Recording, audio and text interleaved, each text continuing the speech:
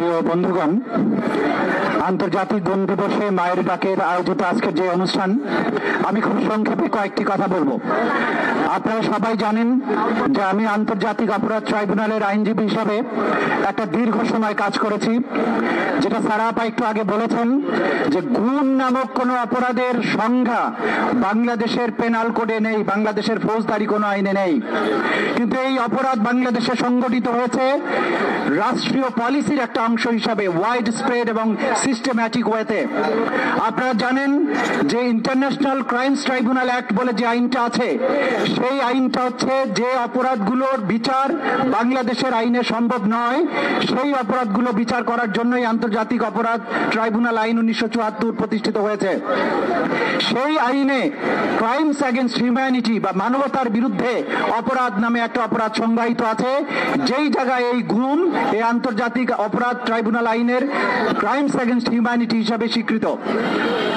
আমার প্রশ্ন হচ্ছে, 5ই আগস্ট আমরা যখন দ্বিতীয়বারের মতো স্বাধীন হলাম, সেদিন বিকেলে গুমের শিকার হওয়া প্রাক্তন আর্মি অফিসাররা গুম ঘরে গিয়ে ডিজিএফআই কে বাধ্য করেছে ওই সময় যারা আটক ছিল তাদেরকে ছেড়ে দিতে। দেশ স্বাধীন হয়েছে, বিপ্লবী একটা সরকার আছে, কিন্তু যে অফিসাররা তাদের আটকে রেখেছিল তাদের একজনকেও কি গ্রেফতার করা হয়েছে? কিসের ভয় আপনাদের? যে রাষ্ট্রের সবচাইতে বড় মাফিয়া ছিল প্রধানমন্ত্রী, তার মন্ত্রী পরিষদ, তার পার্লামেন্ট, এই ছাত্র এবং আমাদের সন্তানেরা তাদেরকে দেশ ছাড়া করেছে। ডিজিএফআই রাষ্ট্রের চেয়ে বড় কোনো প্রতিষ্ঠান নয়। সুতরাং যেই সমস্ত অফিসার আয়নাঘর বানিয়ে আমাদের শ্রেষ্ঠ সন্তানদেরকে, আমাদের ভাইদেরকে বন্দী করে রেখেছে, তাদেরকে আগামী 24 ঘন্টার মধ্যে প্রত্যেককে আটক করতে হবে এই সরকারকে। আমাদের হিসাব সিম্পল, রাষ্ট্রের চেয়ে গোয়েন্দা বাহিনী বড় হতে পারবে না। ডিজিএফআই এর সমস্ত আইনি কাঠামো পর্যালোচনা করে এই বাহিনী কি কি কাজ করবে দেশের সার্বভৌমত্ব রক্ষার জন্য, সেটা ডিটারমিন করতে হবে।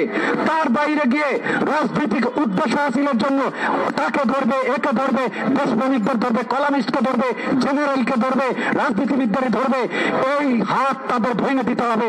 তাদেরকে ডেজিগনেট করতে হবে শুধু বাংলাদেশের স্বাধীনতা এবং নিরাপত্তা রক্ষা ছাড়া কোনো কর্মে তারা লিপ্ত হতে পারবে না। এটাই আজকের অনুষ্ঠান থেকে আমার স্পষ্ট দাবি। যে র্যাপিড অ্যাকশন ব্যাটালিয়ন মানবাধিকার লঙ্ঘন এবং গুমের ক্ষেত্রে চ্যাম্পিয়ন, তাকে ডিসব্যান্ড করতে হবে। এই র্যাবের কোনো প্রয়োজন নেই। কোন স্বাধীন দেশে এরকম এলিট বাহিনীর প্রয়োজন নেই। আমার পুলিশ বাহিনীকে এম্পাওয়ার করতে হবে এই কাজ করার জন্য, গুরুতর অপরাধের তদন্ত এবং অন্যান্য কাজ করার জন্য। আজকে সরকার ক্ষমতা আসার পরে সবাই বলছেন খুব আর্লি হয়ে যাবে, বেশি দাবি জানানো যাবে না। কিন্তু আমি বলতে চাই, এই গুমের আলামত যারা নষ্ট করবে, যারা এটা করেছে, তারা বহাল তবিয়তে আছে। যে আয়নাঘরের বর্ণনা general Azmi, barrister Arman, colonel Hashim এদের কাছ থেকে আমরা শুনেছি, সেই আলামত যদি এখনই জব্দ না করা হয়, এই কমিশন যেটা গঠন করা হয়েছে তাদের উচিত হবে 24 ঘন্টার মধ্যে গিয়ে সেই জায়গাগুলোকে সিজ করা, ক্রাইম সিন হিসেবে সেগুলোকে চিহ্নিত করা। আপনি যদি অপরাধীকে না ধরেন, আলামত উদ্ধার না করেন, বিচার করাটা একটা তামাশা হয়ে যাবে। আমরা যুগের পর যুগ আমাদের সন্তানদের জন্য মায়েরা কেঁদেছে, বোনেরা কেঁদেছে, ভাইয়েরা কেঁদেছে, মুক্ত হয়েছে দেশ। আমরা আর কাউকে ভয় পাই না। সেটা সেনাবাহিনীর যত বড় জেনারেল হোক, যত বড় গোয়েন্দা হোক, রাষ্ট্রের চেয়ে জনগণের চেয়ে কেউ বড় নয়, এটা মাথায় রাখতে হবে। কোন গোয়েন্দা সংস্থার বড় আমরা করছি না। আন্তর্জাতিক অপরাধ ট্রাইব্যুনালে তাদের বিচার করতে হবে। আমি সরকারের কাছে দাবি জানাচ্ছি, অবিলম্বে ট্রাইব্যুনাল পুনর্গঠন করেন, এটা শূন্যতা চলছে। তদন্ত সংস্থা নিয়োগ দেন, প্রসিকিউশন নিয়োগ দেন এবং আন্তর্জাতিক মানের নিরপেক্ষ বিচারক প্যানেল নিয়োগ দেন, যাতে বিদেশিরা, বাইরের লোকেরা, দেশের লোকেরা বলতে না পারে অন্যায় বিচার করে আমরা তাদেরকে সাজা দিয়েছি। আমরা সম্পূর্ণ ফেয়ার ট্রায়াল এনশিওর করতে চাই। আন্তর্জাতিক অপরাধ ট্রাইব্যুনাল আইনের সুনির্দিষ্ট সংশোধনী আমরা প্রস্তাব করেছি। সরকারকে বলবো, বেশি সময় নেওয়ার সময় নেই।